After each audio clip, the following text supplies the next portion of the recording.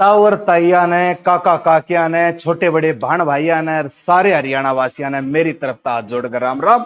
मैं नवीन यादव तड़के तड़क चा की चुस्की के साथ तारे से हम हाजिर होया हूं एक ऐसा गर्मा गर्म मुद्दा लेकर, जो मुद्दा आज से कई वर्षों पुराना है और जिस पर दो राज्यों की तकरार चली हुई है, जिसके अंदर सर्वोच्च न्यायालय को शामिल होना पड़ गया, उसको भी परामर्श देना पड़ गया और वो मुद्दा लंबे समय तक चर्चा में बना हुआ, जो सुलझा ही नहीं, जिस पर लगातार बैठकें हुई। आज उसी मुद्दे पर हम चर्चा कर रहे हैं। जी हां, बिल्कुल आपकी नजर सही गई है।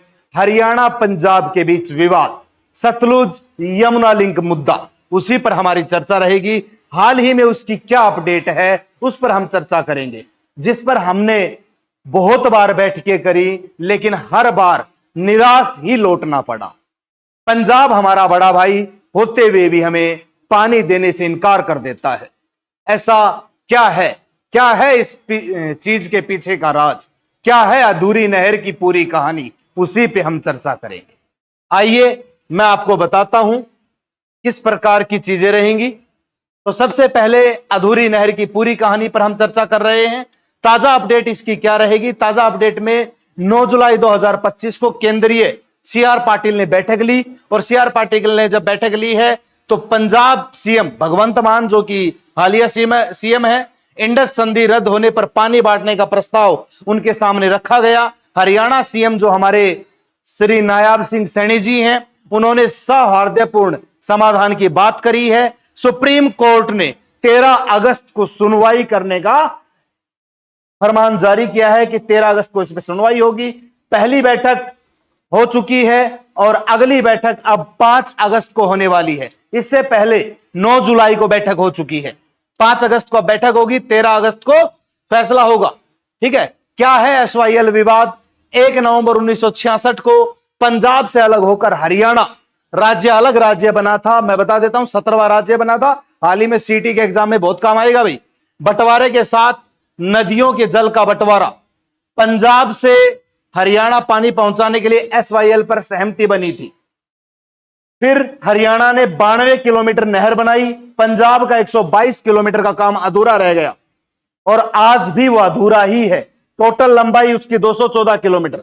सतलुज पंजाब को यमुना हरियाणा से जोड़ने वाली 214 किलोमीटर लंबी नहर है। यह नहर केवल हरियाणा पंजाब के बीच पानी ही नहीं, बल्कि 2 बड़ी नहरों को भी जोड़ने का काम करेगी। खुद सतलुज यमुना लिंक नहर चलते हुए यमुना नहर तक पहुंचेगी। यह दक्षिण हरियाणा को पानी का लाभ प्रदान करेगी। आइए हम आगे देखते हैं। हरियाणा को एसवाईएल की जरूरत, दक्षिणी जिले जो रेवाड़ी, महेंद्रगढ़, दादरी, भिवानी, गुड़गांव, पानी की इन जिलों में भारी कमी है और उस भारी कमी को पूरा करने में मददगार साबित हो सकती है एसवाईएल। भूजल 13 जिले डार्क जोन में शामिल है हरियाणा के, और 13 जिलों को भी लाभ प्रदान कर सकती है अगर एसवाईएल बनती है तो। एसवाईएल से 3.5 MF पानी सिंचाई और पीने के लिए। एसवाईएल से हम कितना ले सकते हैं? 3.5 MF पानी सिंचाई और पीने के लिए हमें रिक्वायरमेंट रहेगी। ये फरमान जारी किया गया था और ये इन चीजों पर मुद्दा है ये हमारा, और ये हमारी जरूरत है। इतना पानी हमें चाहिए, हमारी जरूरत है। 850 करोड़ की नहर बेकार पड़ी है ये, क्योंकि 92 किलोमीटर हमने बनाई है और 122 किलोमीटर अधूरी है, तो हमारी तो भाई बनी बनाई बेकार रह गई ना। ये बनी हुई नहर ये जाएगी, हमने बना रखी है 92 किलोमीटर तक। कृषि उत्पादन में 10 से 15% की वृद्धि संभव है अगर एसवाईएल बनती है तो। फिर उसके बाद हम चर्चा करें तो देखिए एसवाईएल विवाद की टाइमलाइन क्या रही है। तो 1966 पंजाब पुनर्गठन अधिनियम से पानी का बंटवारा होना तय हुआ था। जब पंजाब से हम अलग हुए थे तो बंटवारा होना तय हुआ था और साथ में पानी का बंटवारा भी किया गया था। 1982 इंदिरा गांधी उस टाइम पे प्रधानमंत्री हुआ करती थी। इंदिरा गांधी ने एसवाईएल की आधारशिला रखी, उन्होंने नींव रखी। पहली बार 1982 में इसका निर्माण कार्य शुरू हुआ था। विवाद बहुत लंबे समय से छिड़ रहा है। उसके बाद 1985 राजीव गांधी लोंगोवाला समझौता, पूरी नहर करवाने का वादा। 1985 में मुद्दा छिड़ा, 1985 में दंगा फसाद हो गया लोंगावाला की हत्या कर दी गई और लोंगावाला की हत्या के बाद यह कार्य बाधित हो गया, रुक गया। फिर 1985 में राजीव गांधी जी प्रधानमंत्री बने। राजीव गांधी जी ने यह मुद्दा करवाया और इन राजीव गांधी जी ने इस मुद्दे पर समझौता करवाने का फैसला किया और नहर पूरी करवाने का वादा करके गए। फिर क्या हुआ, 2004 में पंजाब ने पानी के समझौते रद्द कर दिए। राजीव गांधी जी की बात पर भी उन्होंने पानी फिरने का काम किया। आखिर पंजाब को कौन सी खुंदक है, किस वजह से वो इनकार कर देता है पानी देने से? 2004 पंजाब ने पानी के समझौते को रद्द कर दिया गया। फिर उसके बाद हम चर्चा करते हैं एसवाईएल के विवाद की शुरुआत कहां से होती है, आखिर इसकी जड़ क्या है, उसी पे हम चर्चा करें तो 1955 इंडस जल संधि से सतलुज रावी ब्यास जो कि भारत को मिली थी 1955 से 60 के बीच, एक्चुअल में रियल डेट 1960, 1955 में उसकी शुरुआत भारत और पाकिस्तान के बीच एक समझौता होता है, सिंधु जल समझौता। जी हां, उस समझौते की अगर बात की जाए तो 6 नदियां थी, 3 नदियों का आधिपत्य पाकिस्तान के पास रहेगा और 3 नदियां भारत के हिस्से में आएंगी। भारत के हिस्से में आने वाली नदियां सतलुज, ब्यास और रावी थी और वो पानी भारत को मिला। उस पानी के बाबत हरियाणा और पंजाब के बीच एक समझौता होता है जिसे एसवाईएल बोला गया है और उस समझौते पर चर्चाएं हुई, लेकिन फिर वो बार बार मुकरने का काम किया। किसान आंदोलन में हमने आवाज उठाई कि पानी का हमें हिस्सा मिलना चाहिए। पंजाब ने सहमति जताई लेकिन अपने घर जाकर के मुकर गया। बार बार मुकरने की बात यहां पर हुई है, बार बार समझौते रद्द किए हैं। आखिर किस वजह से, क्या है इसके पीछे की कहानी, उसी को हमें जानना है। 1966 हरियाणा पंजाब से अलग हो जाता है, पानी बंटवारा मुद्दा बना। पंजाब का दावा रावी ब्यास का पानी उसका है। पंजाब बोलता जिस राज्य से नदियां जाती है उसी राज्य का अधिकार होता है। अगर दूसरे राज्य को नदी से पानी निकाल के दिया जाता है तो यह नदी तट सिद्धांत के विरुद्ध है। भैया किसी राज्य का नाम नहीं है किसी नदी पर, नदी सबकी है और उससे अगर नहरें निकलती हैं तो ऐसे क्षेत्र का विकास होगा जिस क्षेत्र में पानी की भारी किल्लत देखने को मिल रही है।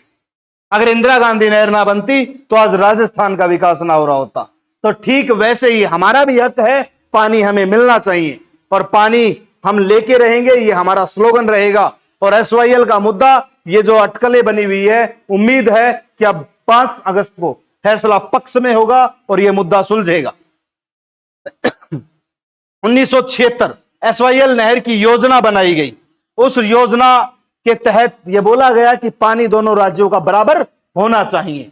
फिर उसके बाद हरियाणा की मांग थी 72 एमएफ में 3.5 एमएफ हमें मिलना चाहिए। 7.2 एमएफ पानी है, उसमें से 3.5 पर हमारा अधिकार है, यह हमने मांग करी थी।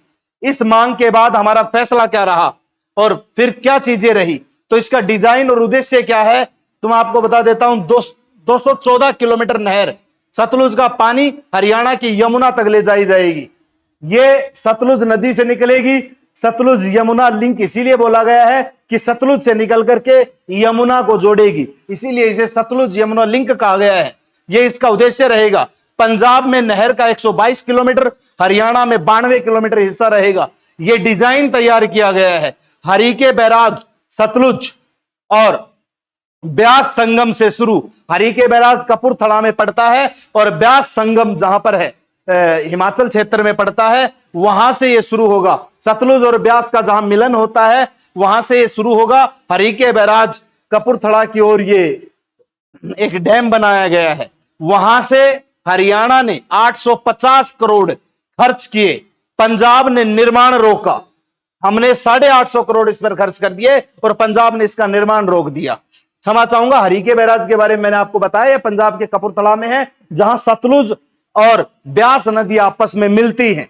सतलुज इधर से तिब्बत से होकर के अपने पंजाब क्षेत्र में एंट्री करती है और इधर से हिमाचल वाले क्षेत्र से ब्यास कुंड से होते हुए ब्यास नदी आती है और दोनों हरिके बैराज में मिलती हैं जो कपूरथला में है भाई, ठीक है। और उसके बाद इसका उद्देश्य क्या है, हरियाणा के 4 लाख हेक्टेयर की सिंचाई करना। इसका उद्देश्य हमारे 4 लाख हेक्टेयर भूमि जो कि बिल्कुल सूखी पड़ी हुई है उसकी सिंचाई करने का इसका उद्देश्य रहेगा।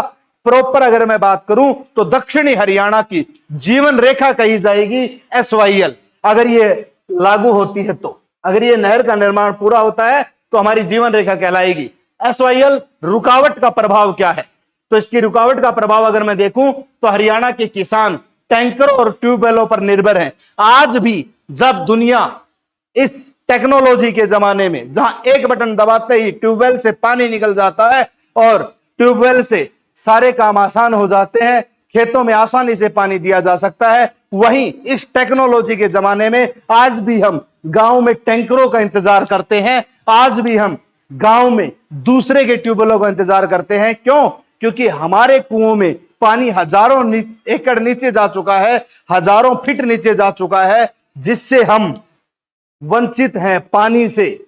और उस पानी से वंचित होने के कारण हम उम्मीद लगाए बैठे हैं SYL पर। यह हमारा निर्भरता है हमारी। हरियाणा का 850 करोड़ का निवेश बेकार है, हमारी पूंजी खराब कर दी 850 करोड़ की, जो हमने 92 किलोमीटर नहर पर लगाई। हमने अपनी मेहनत की कमाई से ये नहर बनाई और फिर हमारी ये निवेश बेकार हो गया। पंजाब हरियाणा में सामाजिक तनाव बढ़ा, आपसी मनमुटाव हुआ, रिश्ते बिगड़े हमारे आपसी, क्योंकि वे पानी को लेकर के, जिस पानी पर सभी का साझा अधिकार होता है, उस पानी को लेकर के हमारे रिश्तों में तकरार आ गई। फिर उसके बाद अगर मैं बात करूं तो हरियाणा में कम मूल्य वाली फसलें, बाजरा ज्वार पर निर्भरता। आज हम पानी की कमी के कारण ऐसी फसलें ज्यादा उगाते हैं जहां कम मूल्य मिलता है, जैसे बाजरा है, ज्वार है, ये दक्षिण हरियाणा की प्रमुख फसलें आती हैं, क्योंकि पानी की कमी के कारण कम पानी में यही फसलें हो सकती हैं, जिससे हम अपनी वाणिज्यिक खेती को बढ़ावा नहीं दे पा रहे हैं, सिर्फ खाद्यान्न फसलों पर ही निर्भर हैं।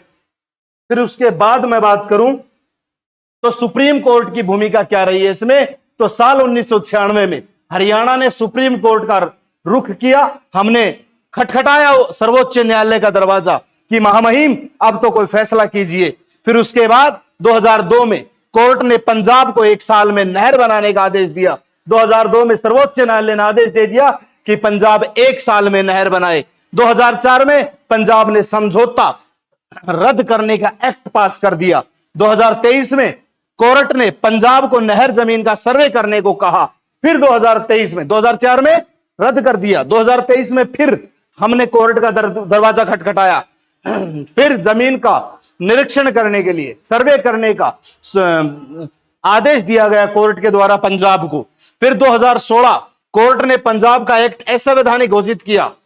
उससे पहले 2016 में कोर्ट ने पंजाब का एक्ट असंवैधानिक घोषित कर दिया था।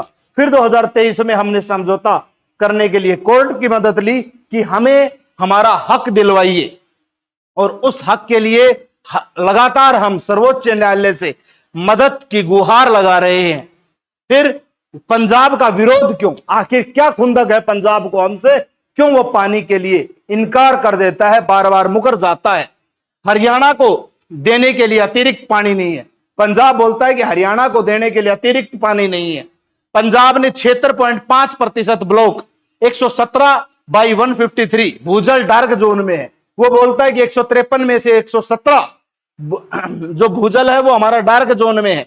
रावी ब्यास में केवल 14.37 MAF पानी, बोलता है कि रावी और ब्यास में 14.37 MAF मिलियन एकड़ पानी है, एकड़ फीट पानी है, 17.17 MAF नहीं है, यानी कि इतनी कमी बताई गई है।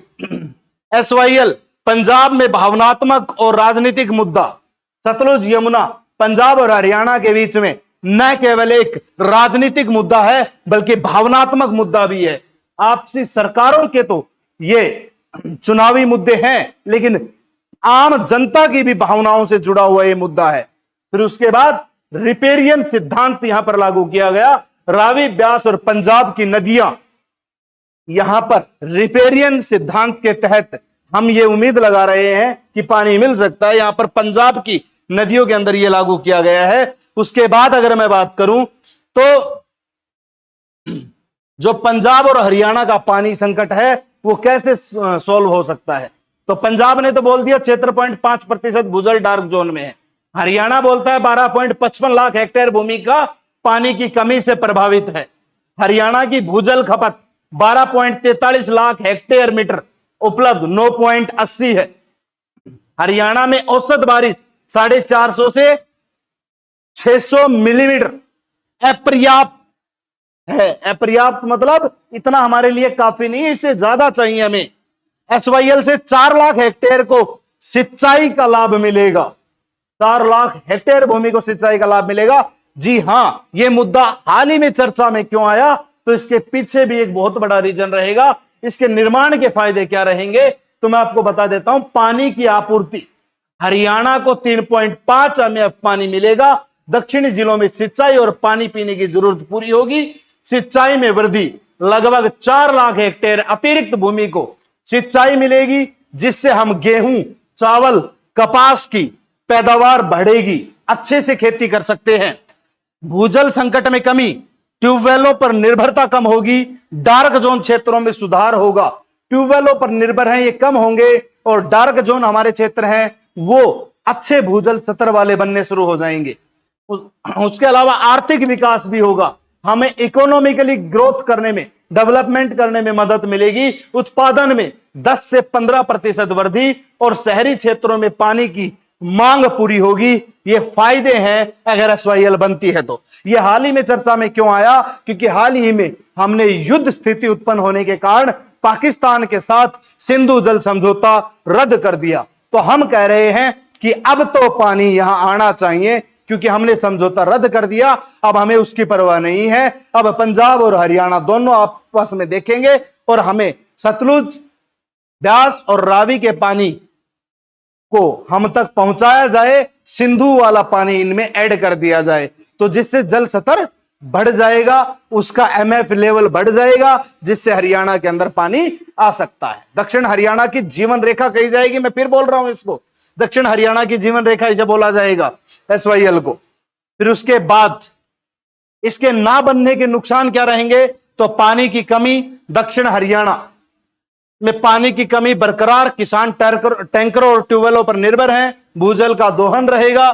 डार्क जोन क्षेत्रों का विस्तार हो रहा है, लगातार जल स्तर नीचे जा रहा है, जिससे डार्क जोन बनते और जा रहे हैं। 200 से 300 फीट नीचे चला गया है। 200 से 300 तो बताया जा रहा है, लगभग जहां तक मैं ग्राउंड रिपोर्ट से बता सकता हूं, लगभग कहीं कहीं 750 फीट, कहीं कहीं 400 फीट, तो कहीं कहीं 600 फीट तक पानी नीचे जा चुका है। फिर उसके बाद कृषि पर असर, कम पानी वाली फसलें बाजरा और ज्वार पर ही निर्भर है। अच्छी फसलें नहीं उगा सकते। दक्षिण हरियाणा में धान नहीं उगाया जा सकता, अच्छे से अच्छी क्वालिटी की गेहूं की फसल नहीं उगाई जा सकती, और बहुत कमियां हैं इसमें। जहां ज्यादा पानी, कपास की खेती यहां पर उचित रूप से नहीं हो सकती।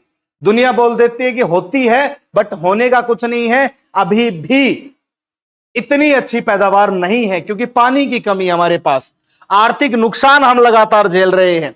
हरियाणा ने नहर पर 850 करोड़ रुपए खर्च कर दिए, लगातार आर्थिक नुकसान झेला जा रहा है। वो राशि बेकार हो चुकी है एक प्रकार से, और उद्योगों को नुकसान हो रहा है, हमारी इंडस्ट्रीज को नुकसान हो रहा है।